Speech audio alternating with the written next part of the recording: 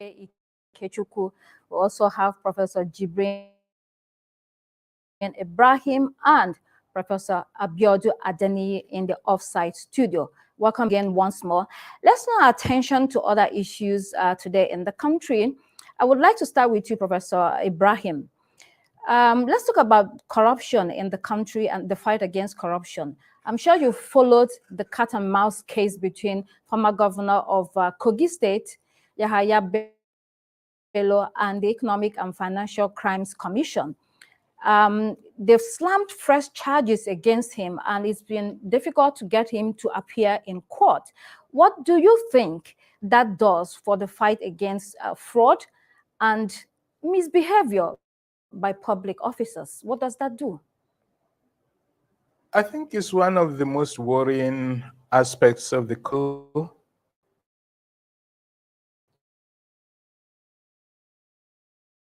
capacity to confront corruption upfront. Because throughout this period, they know where he has been is secured by elements working for the Nigerian security services. And that therefore, he cannot have remained all these weeks and months beyond their capacity to bring to justice. And it just shows you that when our own members are involved in deep corruption, let's just turn the other way. Let's pretend we are not seeing them, or let's pretend we are trying to catch them, but they are a bit elusive, therefore there isn't anything. Humanitarian affairs was caught, according to government sources, deeply involved in corruption. Government came out and said we will deal with the situation immediately. She was suspended, and action was to follow swiftly. We have not seen that action. The whole issue has been put on the sidelines, and this type of messaging really defines the character of the regime. That as long as you are a faithful member of this regime, or a loyal member, as they put it, and you get caught in corruption, you are not going to suffer consequences. That's really the message. And it's that message that's really, and all of us have made, that people are really very hungry at this point in time, and are indeed promised to turn a new leaf and to confront the evil of corruption. And yet, they will be given narratives about their commitment to fighting corruption.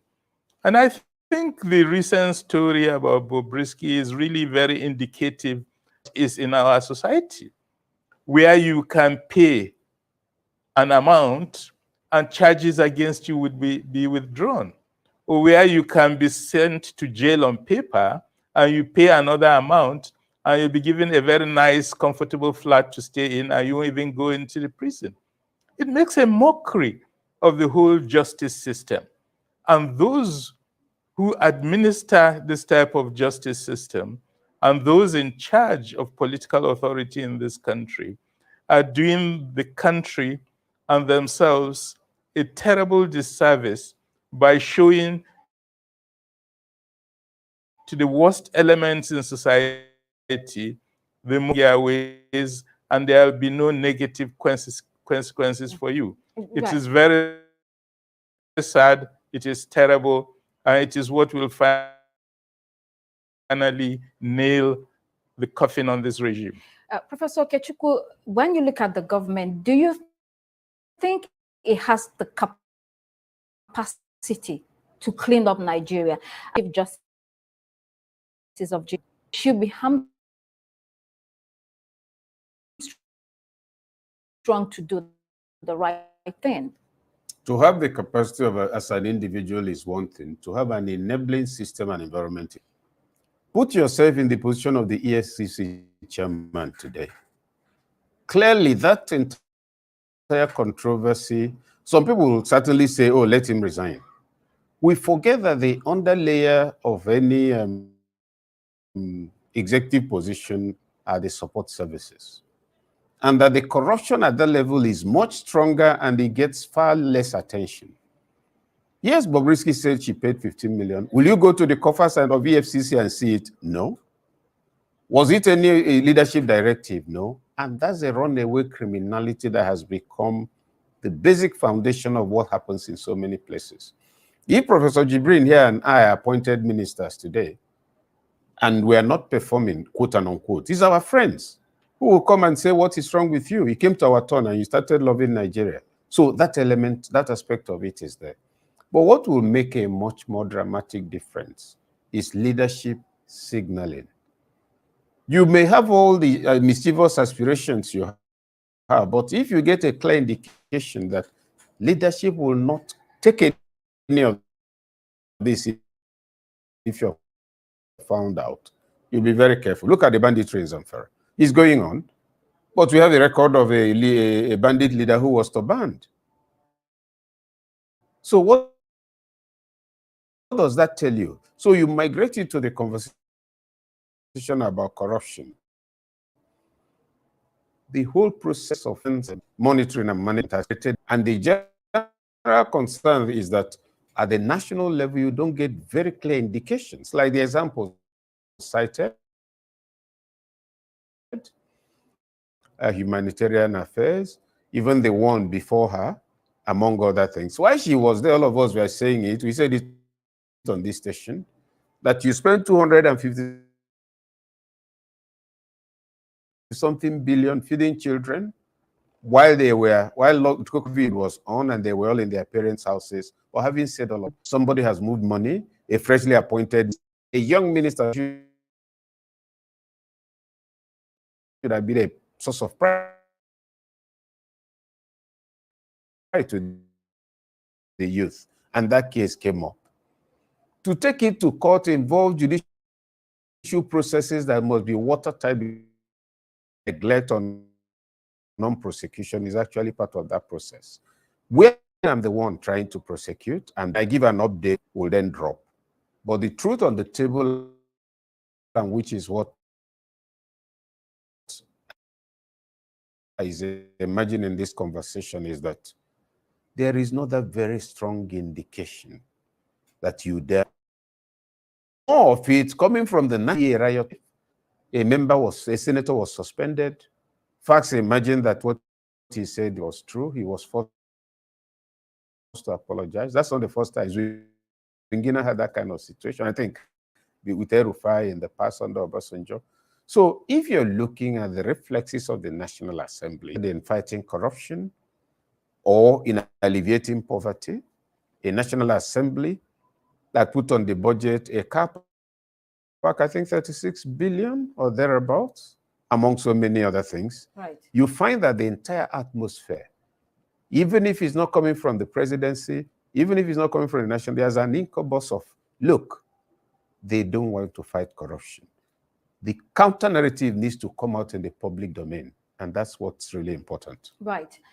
Professor Adeniyi, let's look at the Nigerian army and the case of Private Ruth, is it Ogunlaya? Let me just get the name. Yes, Ruth Ogunlaya. Yes, Ruth Ogunlaya. She was dismissed after allegations of sexual harassment from her bosses carried out. The investigation was concluded, and the army officials were exonerated. She was now let go from her job. It's caused a lot of uproar, and she's been all about talking about it. She's now asked the army to publish that report.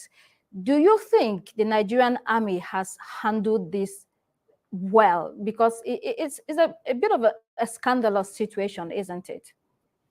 Yeah, very, very scandalous, no doubt. Worrisome for a reputable institution like the army. But again, it speaks to what we often see in many systems anyway, and particularly in ours, really, where you see different kinds of harassment going on, particularly against the opposite sex, particularly, especially women. And of course, to find it rearing its ugly head in a respectable institution, somewhat balanced. The army provided what looks like a balanced outcome from their investigation. And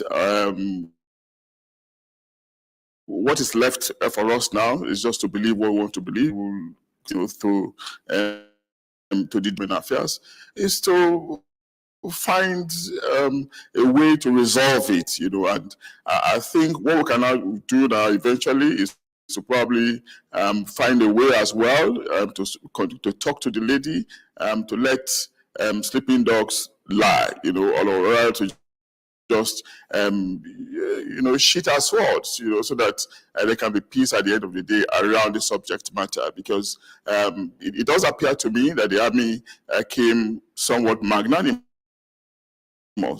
providing a soft landing for her, to prove those kind of allegations, considering how people who have been accused come together, allegedly trying to help themselves, so that none of them will be embarrassed, and by extension, the institution will not be embarrassed at the end of the day.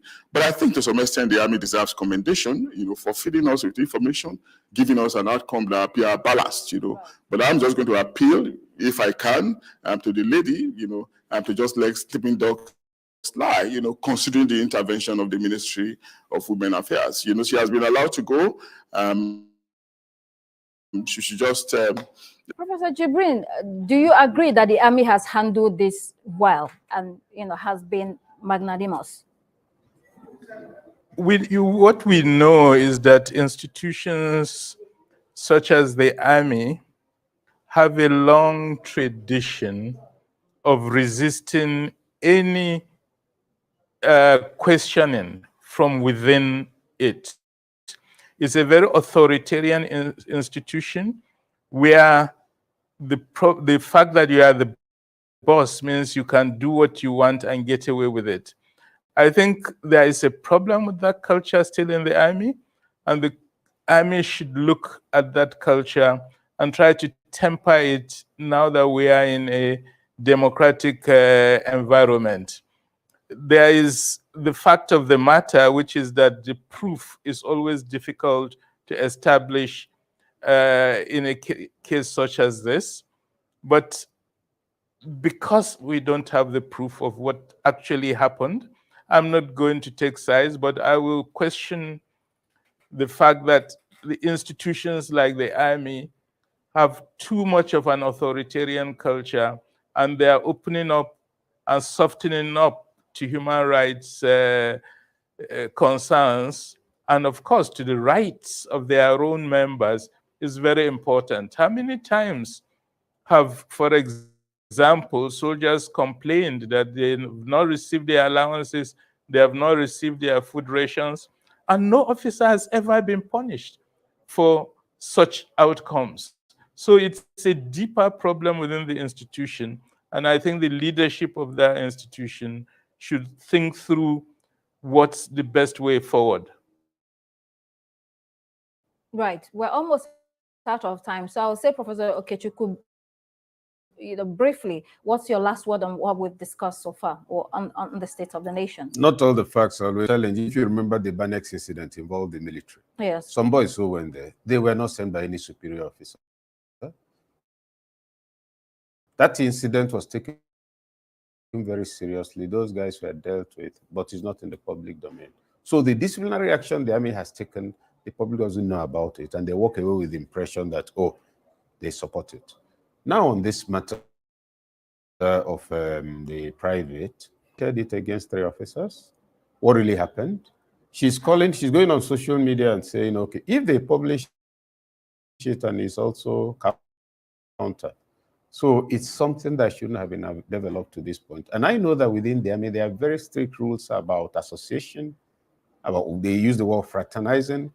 If a junior if a subordinate is put under pressure sexually or even excessively socially by a superior officer, the person to be dealt with is a superior officer, because if you allow him and he goes on, that cankerworm, he will carry it throughout his years of service. So what I will say on this is I don't have the facts. And looking at the release, he's saying publish the results. I don't know of any other claim she's making. It's those who made. So I'm reluctant to take a position one way or another. It just doesn't sound like this thing. But on the issues on the table, October 1 will be here in a few days. We expect the president will make some very strong landmark announcements on policy issues around 3 things. Let him rejig those he's working with. And in rejigging them, let him retain those. For instance, if you've paid attention, if we're paying attention, we are not, the information minister has been doing well. We are not suffering the misfortune that we had to suffer for 8 years in the past. So get competent people, rejig the policies, let there be some sign that you're sensitive to the crisis in the land. Thank you so much, Professor Okey Ikechukwu, Professor Jibrin Ibrahim, and Professor Abiodun Adeniyi for joining us tonight on Prime Time.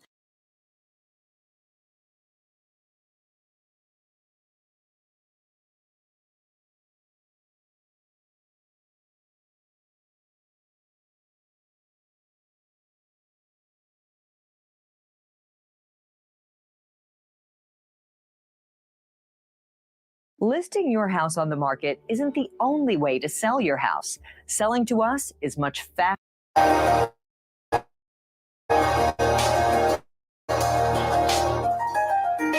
The acting Chief Justice of Nigeria, Kudirat Kekereekun, has said she will not tolerate any act of corruption in the judiciary on her watch. She vows to instill the highest level of discipline in judiciary, deal decisively with erring judicial officers who indulge in conflicting court judgments, and those who deliberately abuse court processes. Kekereekun issued the stern warnings to clean the Ogean stable when she appeared before the Senate for screening and confirmation of her appointment on Wednesday.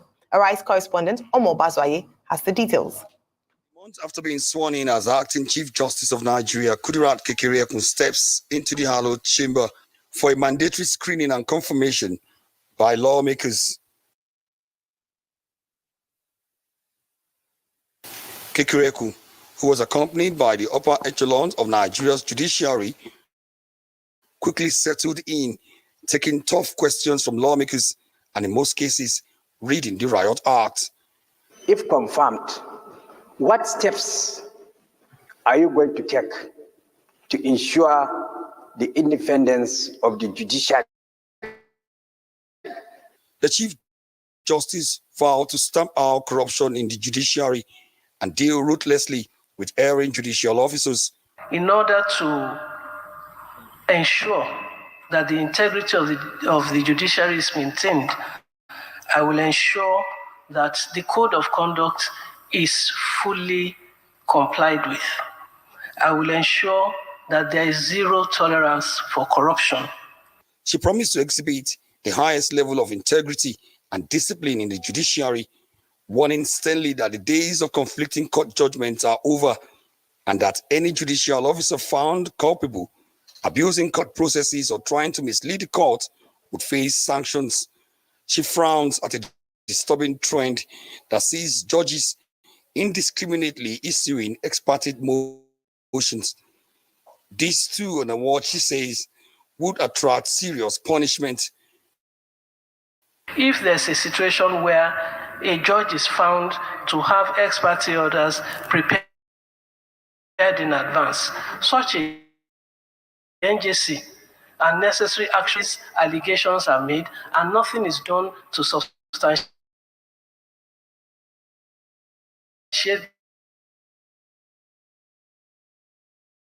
them or to follow up on them. We know even when petitions are filed before the NJC, in some instances, you find that the petitioner comes back and withdraws the petition. So it is important for the is discretionary, but there are guidelines.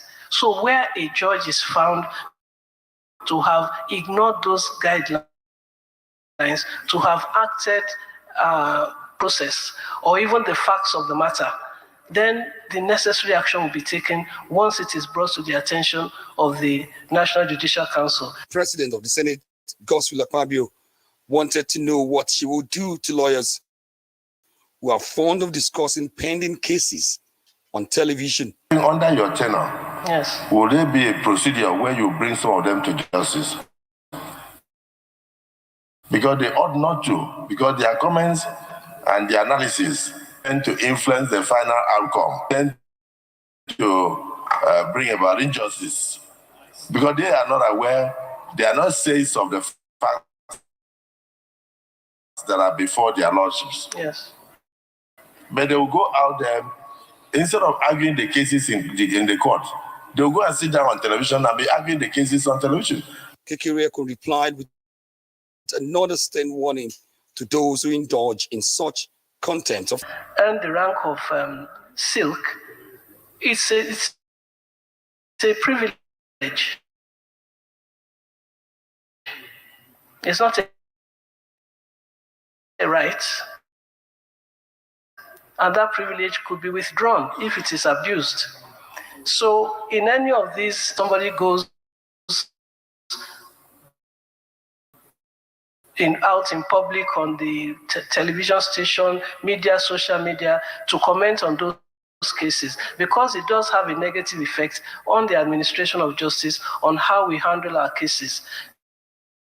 Because when you then give a judgment, in social media. But notwithstanding that, I would say that judges know the oath they have taken and will abide by that oath and not be influenced by social media. Kekere hopes to embrace technology, including virtual court sittings, to speed up cases, even advised courts to fine-tune their rules and eliminate unnecessary bottlenecks.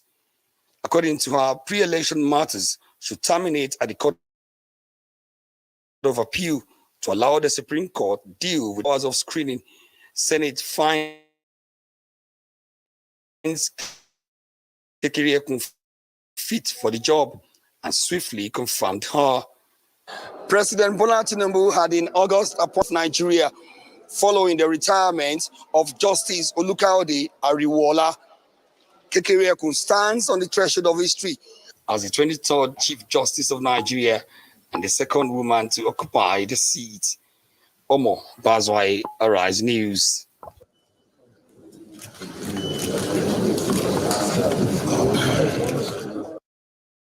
If you're not a profitable trader, after working with me in 8 weeks, I will personally hand you $7,000. And I'm confident.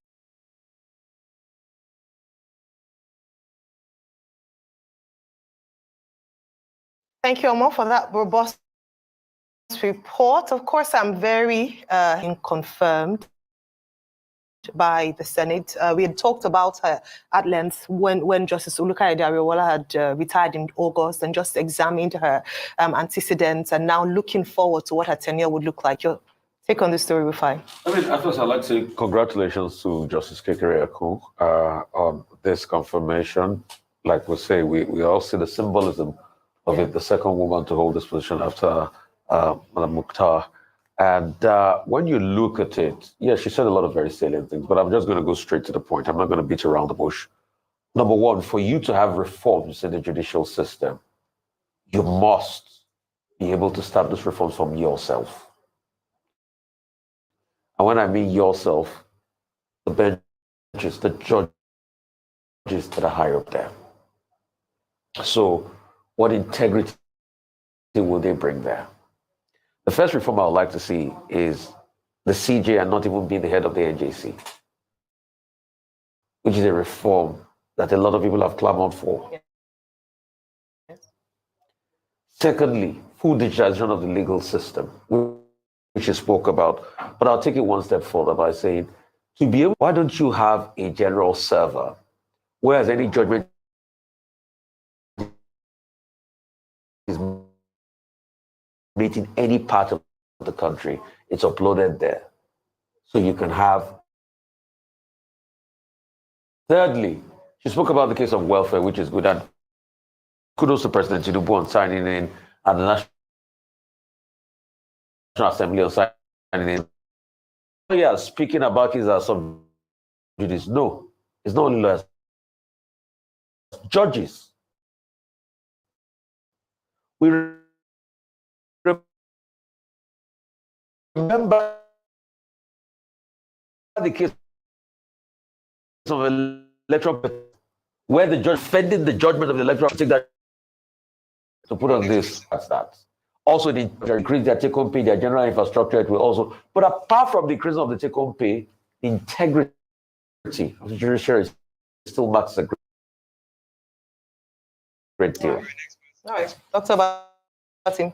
Okay, yesterday, Justice Kekere Ekun was confirmed as the Justice of the Supreme Court. Well, that was to be expected. It's just basic procedure. You become the CJN on the basis of superiority and perhaps, seniority. But I think the important thing is that we now have a Chief Justice of the Federation. That a lot of people within the community, and that, this is for the, Supreme Court, the judiciary in Nigeria. However, there have been some countries, first to the Court of Appeal, and she became, a Supreme Court Justice in June 2013. I was in government at that time. And I know that there were some people saying, no, she's not this and that. But the decision taken at that time. Now, as a Supreme Court Justice, people say, well, in Hope Uzodinma versus Emeka Ihodiwa, Adeleke versus Oyetola, Wike versus Dakuku Peter side, they don't agree. Well, judicial decisions are open to public opinion for review, but the decision they interpret the law as it is. But what will be the implication of all of this? Two, let me go to the biographical side. I think congratulations, not just to the Kekere Ekun family, where she is, also to the first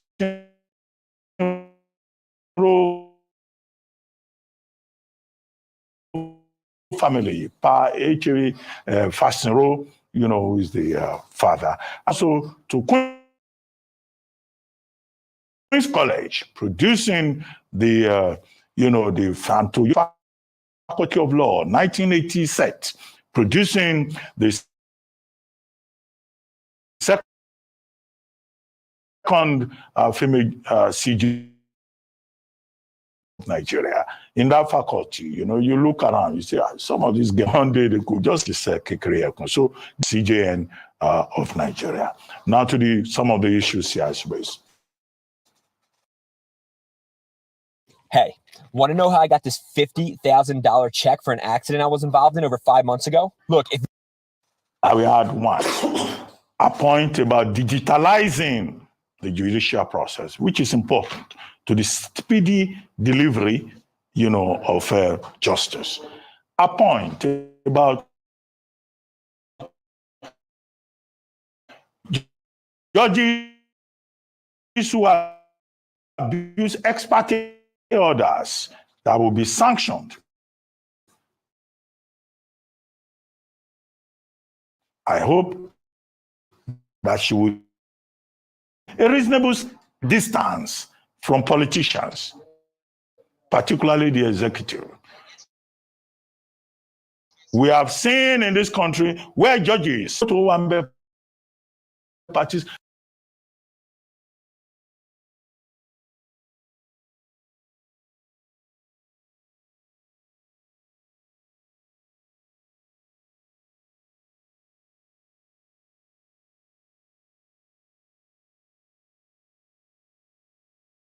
laws are sitting in that place and you see them gulping drinks. No, judges are not supposed to be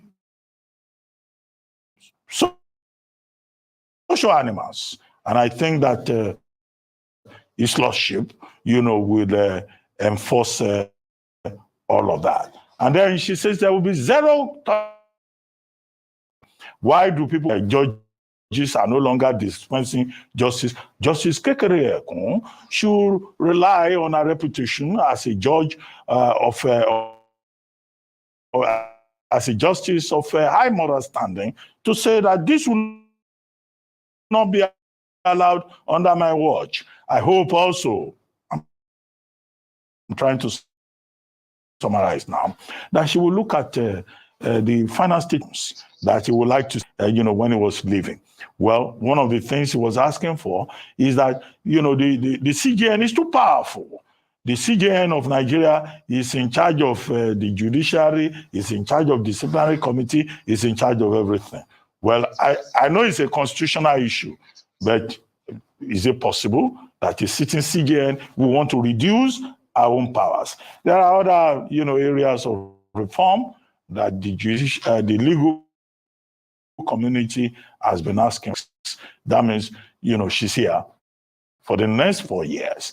And when we review our performance 4 years from hence, if I'm still on television, that is, these are some of the issues, that we will remind her and say, well, my Lord, these were the things you promised. Did you deliver? Absolutely. And Dr. Bati, you're not going anywhere in the next 4 years. So perish that thought. Sure. I'm beginning to get bored. Oh, okay. We need to make things, spice things up so that you're not bored. And then, of course, we continue to do our own work on this side of the table. Congratulations, first of all, are in order, as we've all said, to Justice Kudirat Kekere Ekun and, of course, the Fashion Royal family, and just being able to produce. We'll move on to the next story.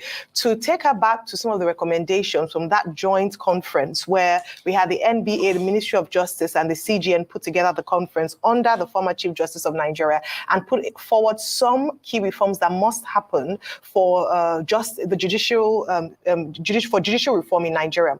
One of such things, of course, which has been highlighted a number of times is digitization. During COVID-19, we saw how important it was where a number of other countries embraced this, because prior to that, not many countries had embraced digitizing court processes, having virtual court proceedings being held. And we've seen that at least during the last election cycle where that worked. Of course, not without its own criticisms or without its own, certain errors that still need to be ironed out. But in going forward and in addressing this plague of inefficiencies in the judicial system in Nigeria, we must be willing to embrace that. In order for that to happen, there are other stakeholders are involved. And so it's one thing to say that, yes, she's going to embrace technology in order to make the court processes more efficient, but it's another thing to ensure that there's the infrastructure and the environment to make it thrive will work. And of course, that the Nigerian factor doesn't happen to it where we begin to poke holes in there. But beyond that is also her stance on discipline and restoring the integrity of the judiciary. I emphasized on this morning because we called during the last election cycle, there were billboards in certain parts of the country that had all eyes on the judiciary. And we've seen more and more in recent times how the judiciary have played quite significant roles in the outcome of elections and the outcome of who ends up becoming perhaps who they rule in terms of who ends up becoming governor or president. And so since she's only 66 years old, it means that she has one election cycle to oversee. And so very importantly, leading up to that would be holding her to the words that she has spoken or she spoke yesterday at Senate, that she would be a woman who is known as a disciplinarian and would restore the integrity of the judiciary. A lot of people have talked about how critical, or we understand how critical judiciary or the judiciary is when it comes to democracy, a thriving democracy. And if truth be told, in recent times, the judiciary hasn't been in very good light. In many instances, we've tried very much to respect that institution, but in many areas as well, it has come under a lot of criticism. So she has a lot of work in almost cleaning up the image and restoring the confidence in the judiciary by Nigerians. So we wish her all the best. It's not an easy task ahead. She would have people who would praise and people who would criticize. But what we're hoping for is that, as she said yesterday, that she would do her best to uphold the integrity of the judiciary, uphold the rule of law, and defend the Constitution of Nigeria. All the best, my lord. On the sidelines, of the ongoing UN General Assembly, UBA, United Bank for Africa, celebrated 40 years of its presence in America, as well as the group's 75th anniversary of operation. At a star-studded event in New York City, Tony Elumelu talks to Rise News about the journey so far and what he has in mind for the bank.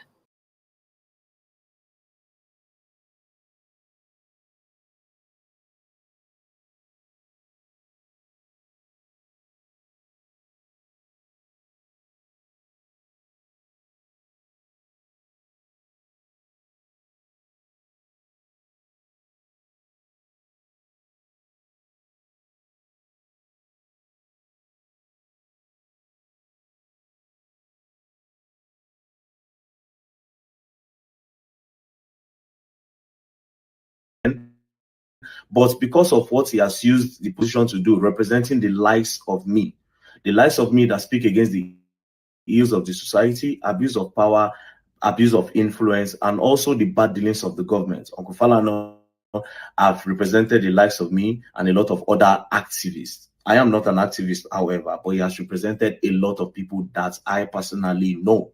Now, one other person that I represent that made me love him more is Fela Anikulapo Kuti. I saw the way he spoke fearlessly, and I emulated everything. And I said, if I'll be on this earth, I will say it the way I feel it, and I will say it straight up. So imagine Uncle Femi Falana defending somebody like Fela. That means I extended the love to Uncle Femi Falana. Imagine somebody like Fela, Jesus Christ. I mean, Fela came and said Muhammadu Buhari is an animal, and Muhammadu Buhari was the head of state, and Uncle Femi Falana was his lawyer. How then will I defame him? I only reacted to the call Bobrisky made, which he put allegations that Bobrisky was the one that alleged that Uncle Femi Falana and Faust connected Uncle Femi Falana and blah, blah, blah, and 10 million naira. Do you understand? And what I said is, I choose not to believe that Uncle Femi Falana will be associated with that. And if I will be disappointed, I will be disappointed because of his position in society and because I know what he represents. Now, I had an option of cutting that video at the part where he mentioned Faust. Do you understand? But I refuse to, because I want an investigation on the matter. I want a thorough investigation on the matter. Now, let me even tell you guys what is funny. I have another one to post, which I will post tomorrow, that is from a totally different person again. Do you understand? I want a deep investigation on this issue. The EFCC was named, the Controller General of Prison was named, and then Uncle Femi Falana and Faust the bad guy. Do you understand? A deep investigation will clear everything. And if Bobrisky is lying, he should face the law for using somebody as big as Uncle Femi Falana to do something like that. Now, again, imagine if that video did not come to me and an anonymous just posted it online. That video would have just spread, and people would have been happening now, it's happening now. Do you understand? So the thing will just break, the whole table will break, and what happened will come out. So Uncle Femi Falana, I, Osei Martins Vincent, will never, ever, ever defame you. I will never, ever defame you. And I did not defame you. Thank you very much. I still love you. You are my daddy. Yes, you are my daddy. I love you 100%. Thank you very much. And what is even crazy is that on the top of my head, Uncle Femi Falana is an emergency contact. How did I even forget this? Yes, it's an emergency contact. Because to be very honest, yeah, they talk. And to be honest, if person bad, even if the person get position and they talk. So I don't really don't talk before. Say the day where we say one kind of big person will get influence will come home me. Uncle Femi Falana will represent me. So why would I defame Uncle Femi Falana? Please go back to my video, people. Thank you very much. I love and respect you, Uncle Femi Falana. Thank you very much.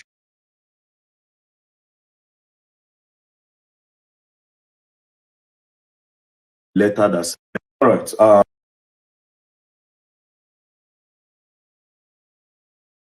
right. So in respect to what Faust the bad guy posted, a letter that says I should retract my statement and I should apologize for defaming him. First of all, Before Files posted that, Sean Kuti called me and he said, "I'm very dark man. I just finished speaking with Files, the bad guy.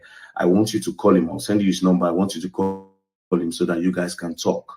And I said, "Egbon, I don't want to talk to Files." Then he said, "No, you need to hear what he wants to say, And then I sent Files a message. We got on a call. And then when we got on the call, then he said he wasn't happy. Then I said, "How far?"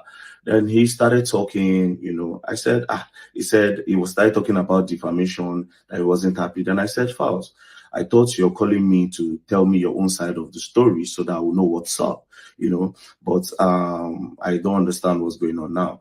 So at a point in the conversation, I felt like Files was recording me, and then I said, "Files, I feel like you're recording me. I feel like you're trying to get evidence for me or trying to make me say something so that you can hold me by my wrist, And then when I said it, he could not defend that, Then he went on saying things like, "Since you know me on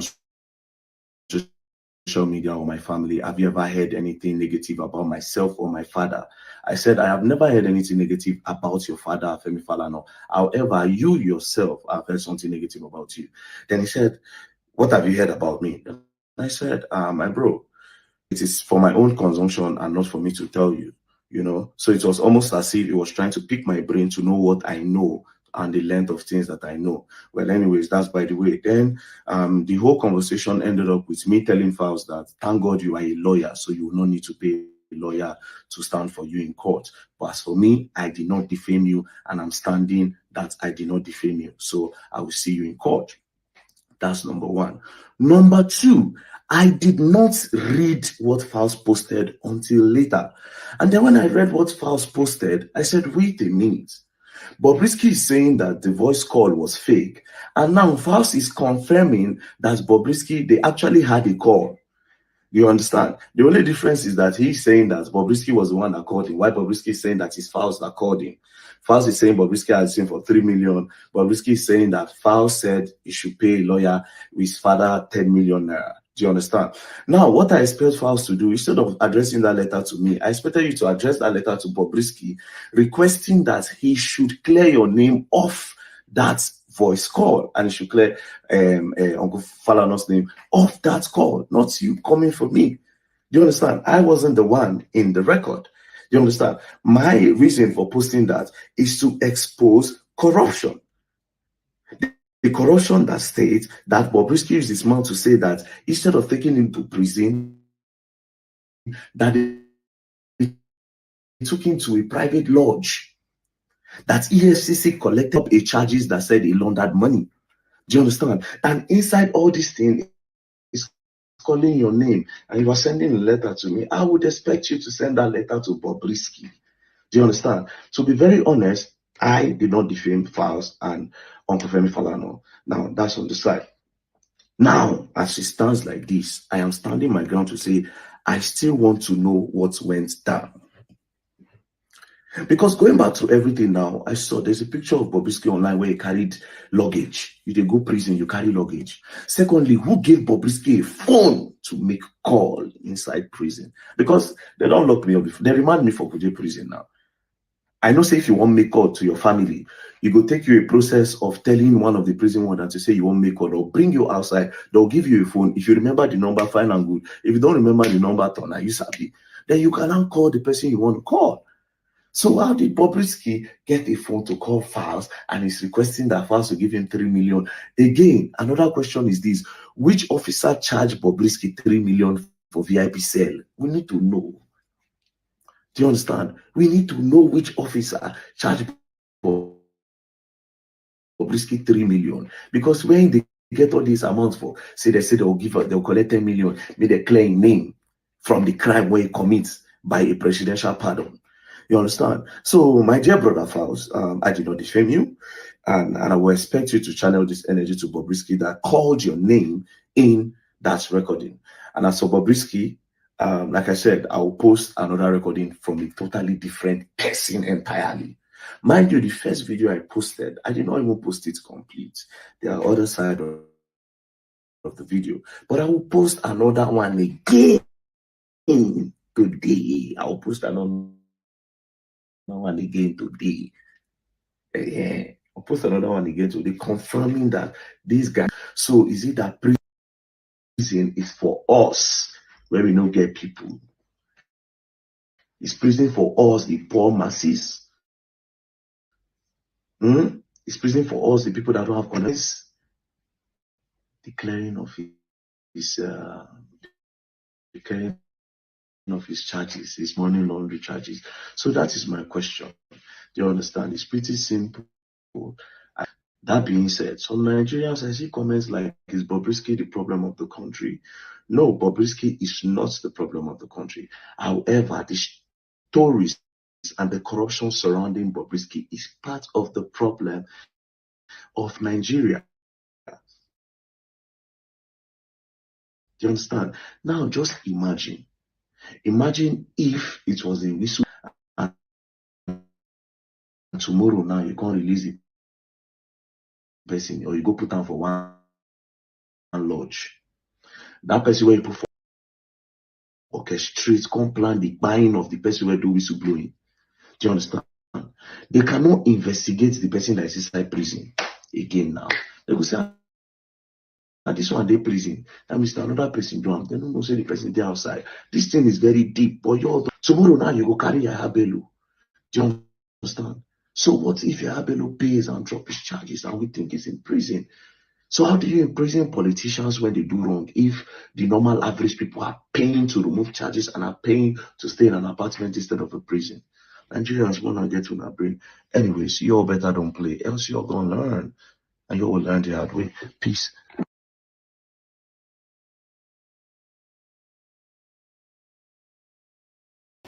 Hello, everyone. Greetings to you all. Today's what, Thursday. Happy Thursday to everyone. Thank you for joining me. So I'm playing these videos because I most likely will come back later on in the day so we can talk. So if you're catching this on replay, please do, watch it so we can talk more extensively about it. The reason why I play these videos is because all the videos are really talking about the rot in the system in Nigeria, right? Whether we like it or not, we have to continue to talk. We have to continue to talk. There's no way around it, right? The only way we can get out of the decadence that we are in Nigeria is to keep unveiling and removing the rose-colored glasses that we have on as a people.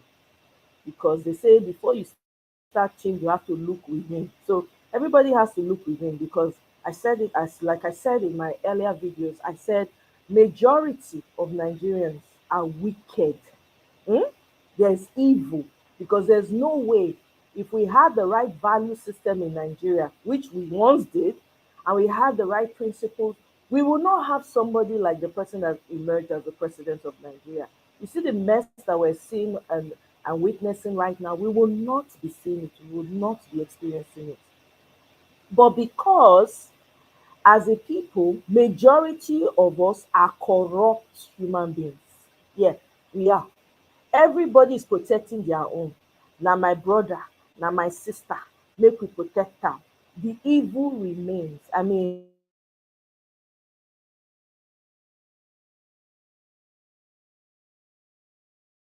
locked up in Nigerian people wherever, right? Those people forgotten. Some of them said they don't use them, they don't buy them for the real criminals because they don't know anybody. Now inside there, they buy put. They forget them. Nobody is speaking up for them. You have lives wasting in Nigerian prisons. Meanwhile, in the same country, somebody go claim, they say they arrest person for a crime. You know, do jail term, nothing. Instead, they rent apartment for them near the prison.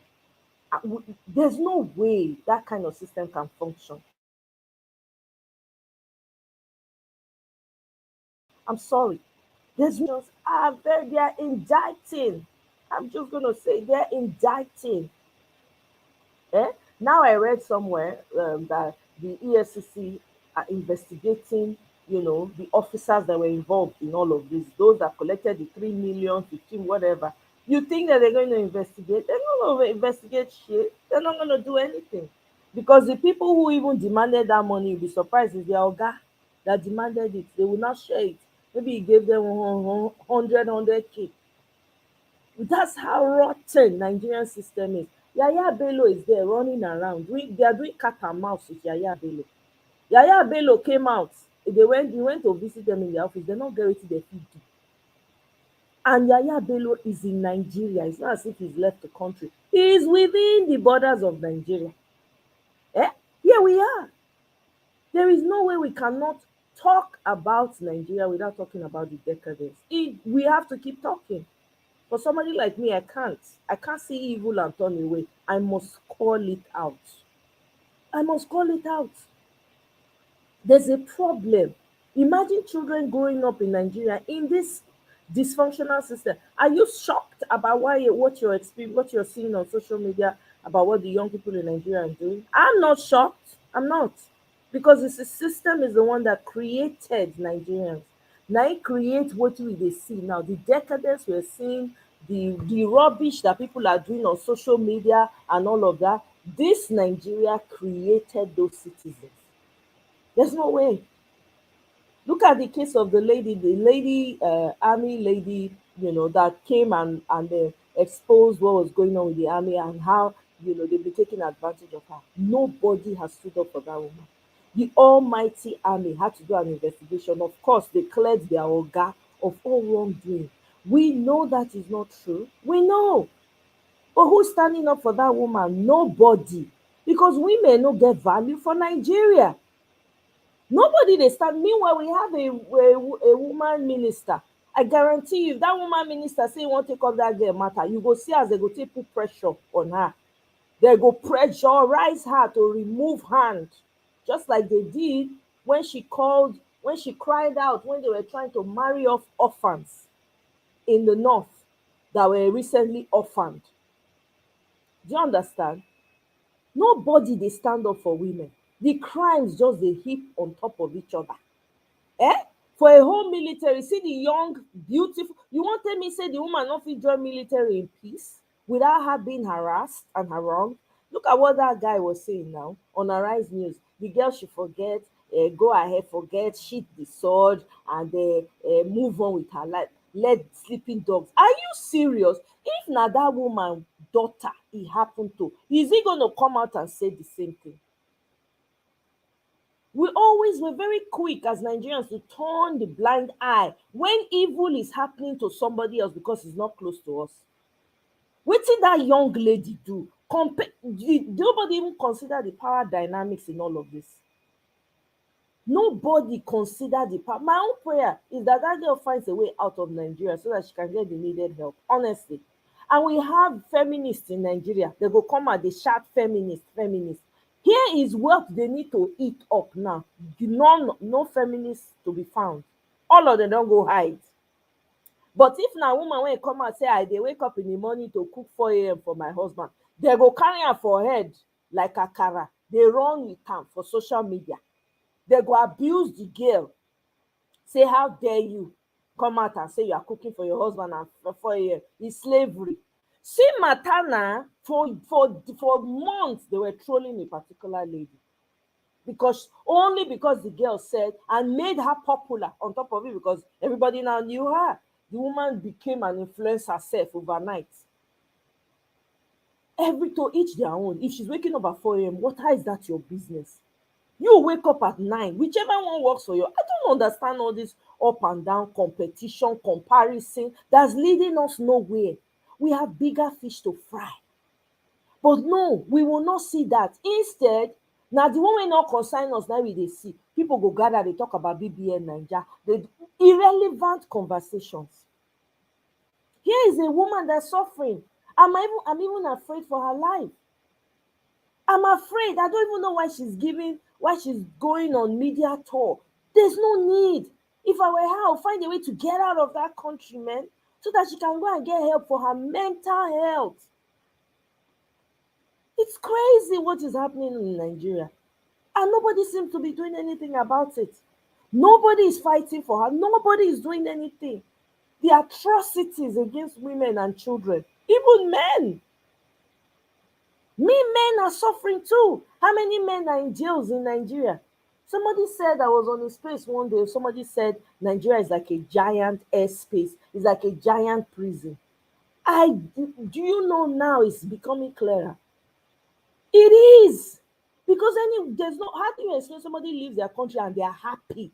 Hey God, say they don't escape their country. I never see them before. When people they come out for their country, they're going to feel sad. When I was living in Nigeria, I was sad. I was homesick for years.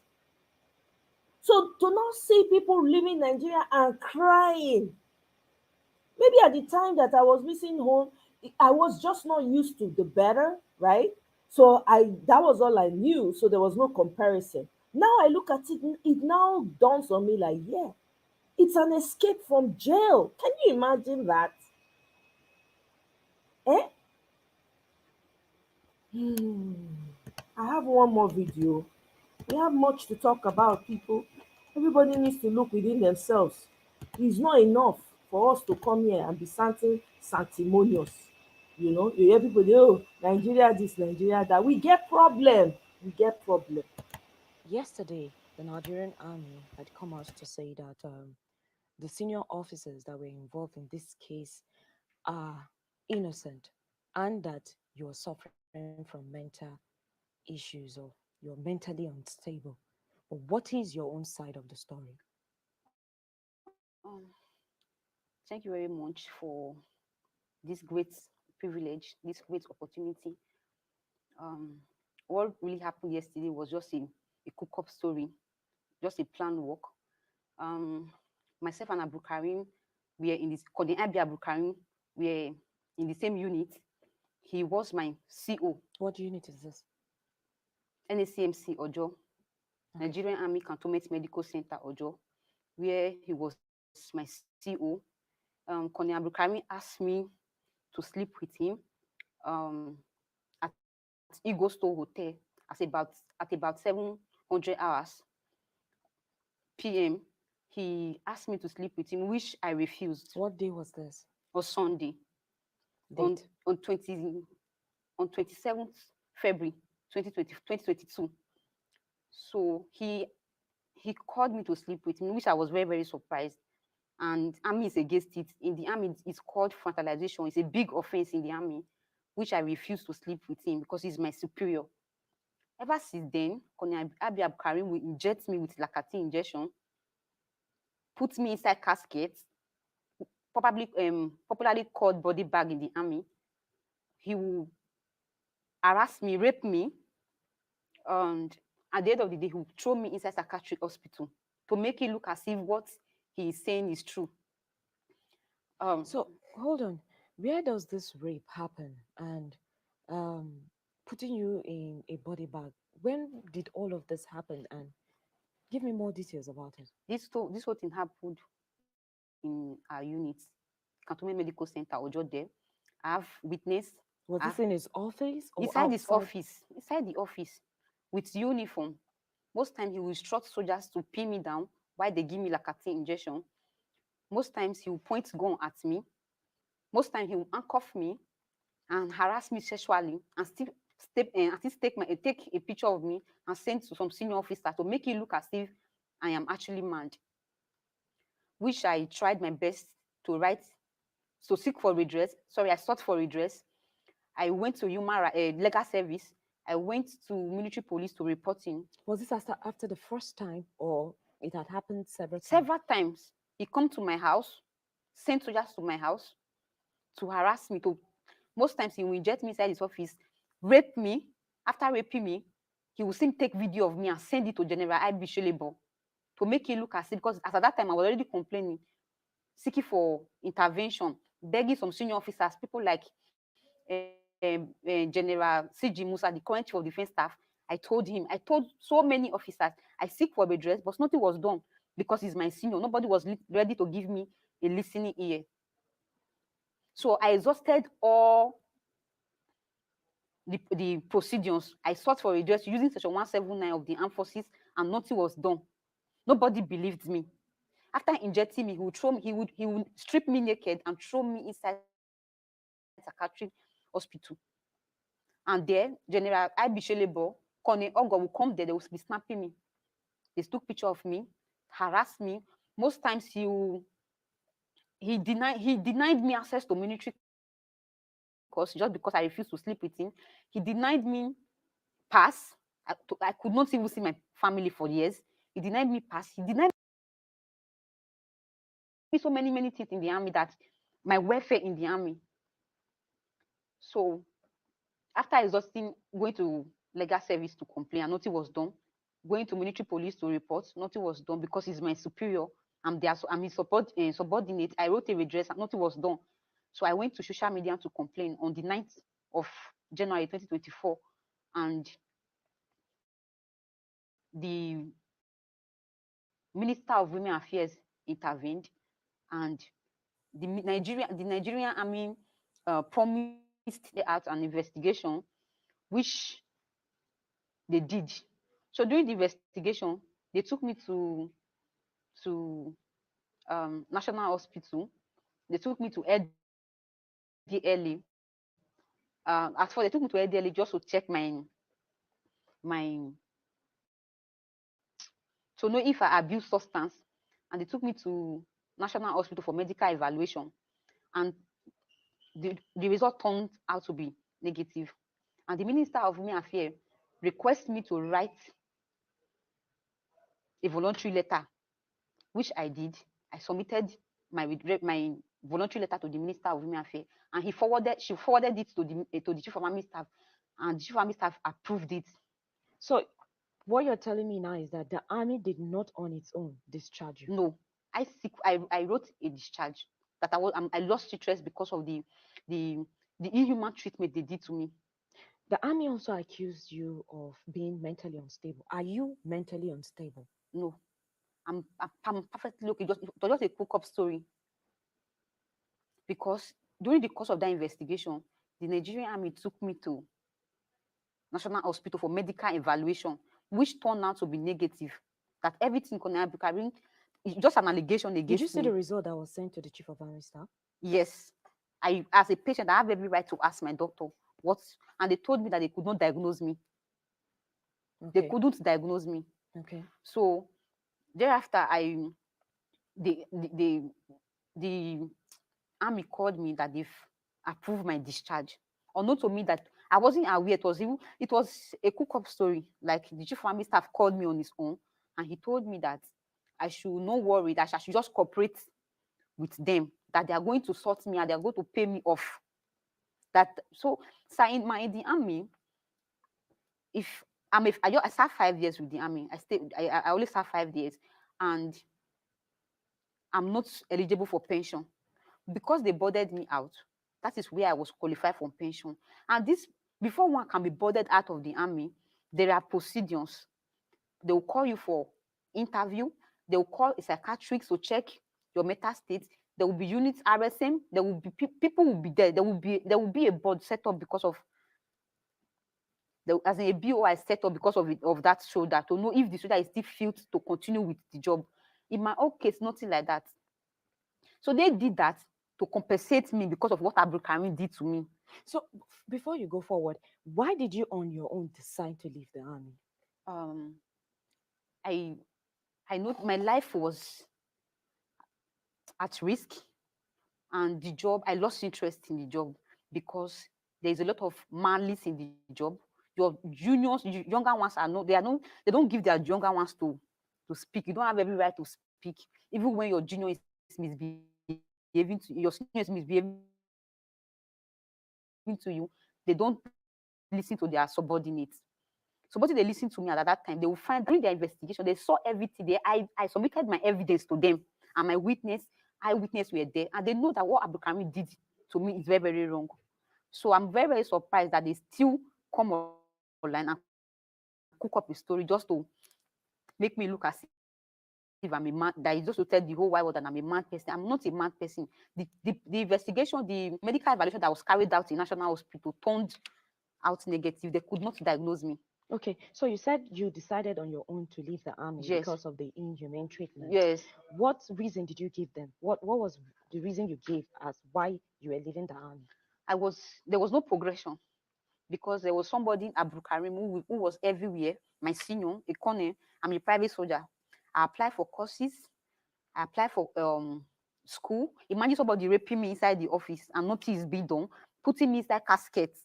It's called body bag. They normally use it in Northeast to bury soldiers who died during war front, during war. So he put me inside caskets.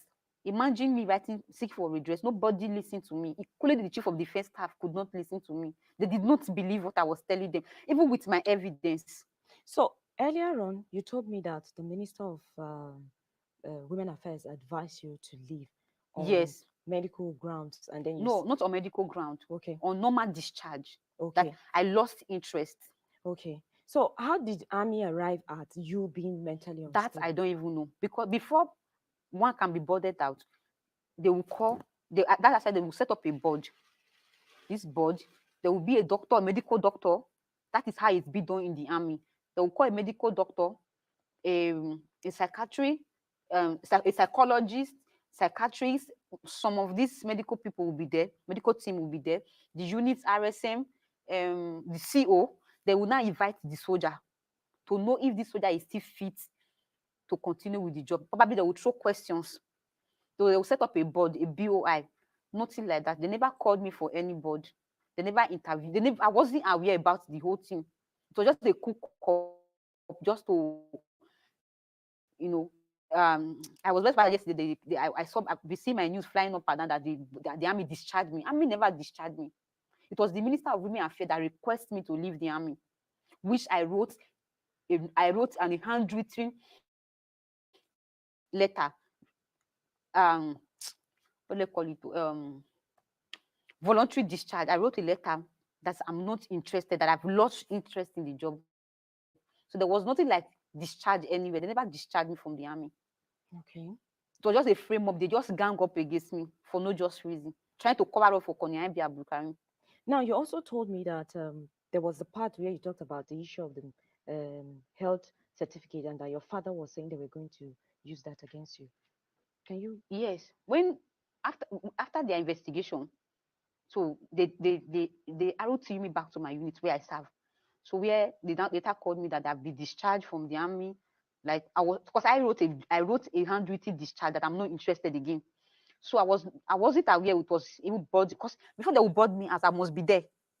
There must be an interview between me and those people boarding me out. So I'm not aware. So it was when I went, they called me from national the pension board that I should come for pension. I was very, very surprised that I'm not eligible for pension. Why are they calling me for pension? So when I got there, and I saw that they gave me 50% disability, that I'm not mentally stable. I asked question. I told them I'm not going to sign this form because they are going to use it against me. And immediately they gave me the certificate, and I sent it to my dad, to the Minister of Women Affairs. My dad said they will use it against me. And true, they used it against me yesterday. I'm telling the whole wide world that I was discharged from the army. I was not discharged. I seek. You voluntarily asked? I voluntarily asked them to discharge me, that I lost interest because of the inhuman treatment, because they don't listen to their subordinates. The oppression is too much in the army, man. Are you scared for your life? So Major General Onyema is after my life. Sending people to unalive me. So the army and everywhere just they are looking for a way to kill me. I actually How did you know this? I came to Abuja a few weeks ago to the Human Rights Brekete office to seek for justice for what Abdulkarim did and what the army did to me. At the end of the day, Major General Onyema instructed the Brekete to stay clear from the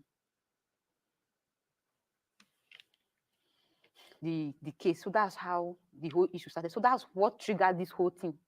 That's how they come online to make it look as if I'm not mentally stable, just to shut me up. Okay. Have any lawyer or any human rights organization shown interest in your case? Yesterday, some lawyers reached out to me and they told me that they were interested in the case. So I will see how to get or to see them. I haven't seen them, so they just told me that they are interested. I should call them and tell them what happened. We probably will meet and explain how the whole thing happens. Okay, so now you're saying that what army is saying or what they said yesterday is not true. So what do you want? I want justice. I want justice. I before coming online to lay allegation on senior officers, I have evidence to back whatever I'm saying up, and which I submitted my evidence to them, witness to them. I made the investigation, and they find out that all what I said was truth. So coming outside yesterday, telling the whole world that I am mad, it's a lie. They should bring out my medical report. The National Hospital is here. They did medical evaluation, and they could not even diagnose me. So I don't have any medical record. So I don't know where the whole thing come from. It was just a plan work. I don't know. Okay, so after the first time that this incident happened, did you take it to did you report it the very first time that he tried to rape you or that he tried to harass you? Yes, I reported. Because you said that it happened several times. Several times. In my call, in the Nigerian Army medical corps, the Colonel Abdulkarim, and they are the most senior officers in the medical corps, though he lost promotion. So his mate are brigadier general. They are the most senior officers in medical corps. But I don't know, he has connection, and their classmates are all the people holding appointment in the medical corps. So if I report to this person, Colonel Abdulkarim will look for a way to. Okay, so your final word on this incident. I want Nigerians to intervene, and I need an open investigation. I need justice. That is all I want.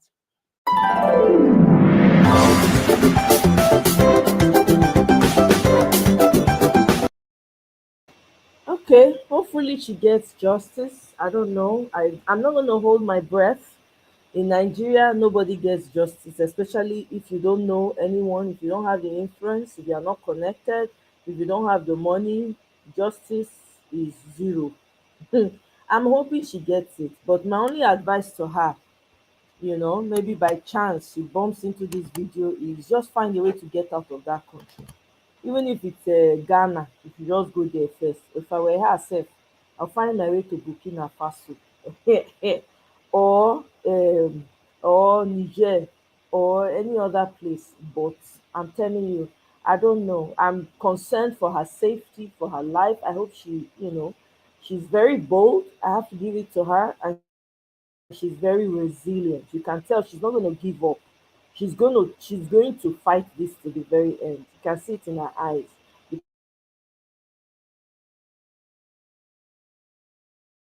Because she's in Nigeria that actually help with this type of things. But I doubt even the NGOs even have any power. If they too are not just as corrupt. It is what it is, but it's unfortunate. We have a lot of women who claim to be, a lot of people who claim, men and women who claim to be feminists. I don't see their hands all over this, especially in Nigeria. They are not. This is something they should take on and fight it to the very end, so that this girl is not on her own. She's just on her own. I don't know if she has people behind her. I don't know her personally, but it's very sad to watch what is happening to her. So you cannot work you cannot work in any government institution in Nigeria without being harassed. I mean, it doesn't make any sense. She's a young girl trying to make something out of her life in the army. And here you are, it's sad though. I can't even lie. Nigeria, we gotta start telling each other the truth. We really, really have to look each other in the eye and tell each other and decide which way forward. You can't continue like this. No system thrives on this. Anyway, that's it for me. That's my little round for now. Probably come back later on in the day, but I just wanted to drop this here. So if you're catching this on replay, please, take the time to listen through, and then we can have a detailed conversation later on. For those who were able to join, thank you very much